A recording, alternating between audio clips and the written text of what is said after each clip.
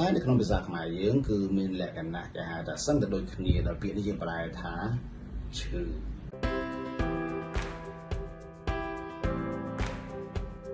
សួស្តីបងប្អូនអ្នករៀនភាសាអង់គ្លេសទាំងអស់គ្នាថ្ងៃនេះខ្ញុំ Mr. Ray នឹងបង្រៀនលោកអ្នកទាក់ទងជាមួយនឹងការប្រើប្រាស់ពាក្យចំនួន3នៅក្នុងភាសាអង់គ្លេសដែលគេប្រើលក្ខណៈខុសគ្នាក៏ប៉ុន្តែនៅក្នុងភាសាខ្មែរយើងគឺមានលក្ខណៈគេហៅថាសឹងតែដូចគ្នាដល់ពាក្យនេះយើងប្រែថាឈឺ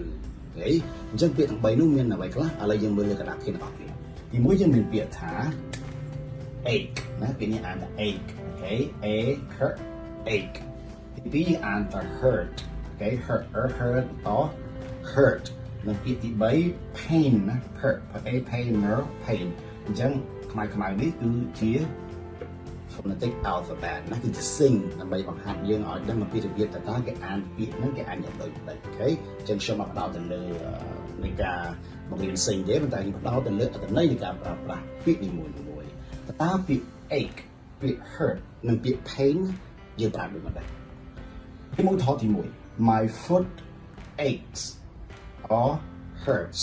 ទៅពេលដែលយើងចង់បង្ហាញអំពីរបួសណាឈឺចាប់អាហ្នឹងយើងប្រើជាមួយនឹង aches ណា hurt ក៏បានដែរអញ្ចឹងឧទាហរណ៍ជើងរបស់ខ្ញុំឈឺអូខេ my foot ជើងរបស់ខ្ញុំឈឺអញ្ចឹងយើងប្រើ ache ក៏បាន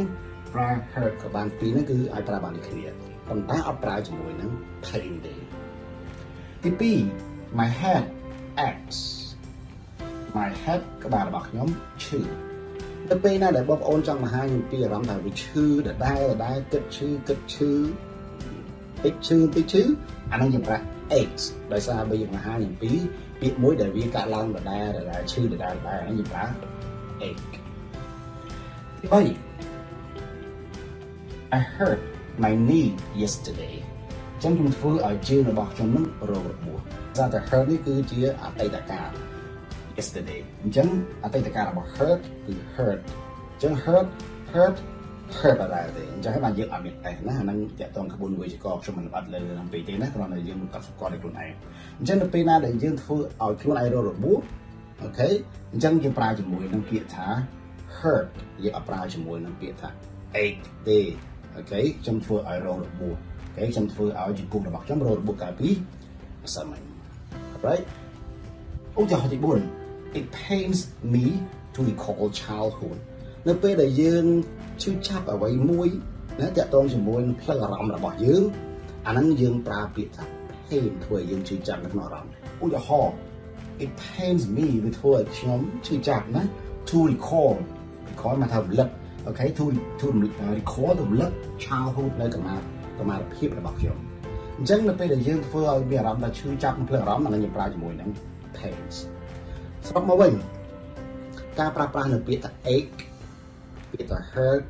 និងពាក្យថា pain គឺខុសគ្នាទៅតាមបែបនេះឯងត្រូវចាំថាបើសិនជាវាឈឺដោយសារជំងឺអានឹងយើងប្រើ ache ក៏បានយើងប្រើ hurt ក៏បានប៉ុន្តែបើសិនជាវាឈឺជាប់ចំណុចដដែលអានឹងសូមប្រើជាមួយនឹង ache ណាប៉ុន្តែបើសិនជាយើងធ្វើឲ្យឈឺចាប់អូខេគឺតាក់ទងជាមួយនឹង intransitive word គឺត្រូវការកម្មបត្តិមួយដែលនេះ intransitive word គឺវាត្រូវការកម្មបត្តិប៉ុន្តែនេះត្រូវការកម្មបត្តិមួយហីអញ្ចឹងអាហ្នឹងយើងប្រើជាមួយនឹង hurt អត់ប្រើជាមួយនឹង ache ទេក៏ប៉ុន្តែបើសិនបើ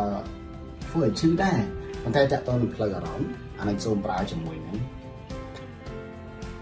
សង្ឃឹមថាលោកអ្នកទទួលបាននៅពីខ្លះតាក់ទងជាមួយនឹងការរៀនភាសាអង់គ្លេសខ្លីៗស្ដីអំពីការប្រើប្រាស់ពាក្យ right and wrong word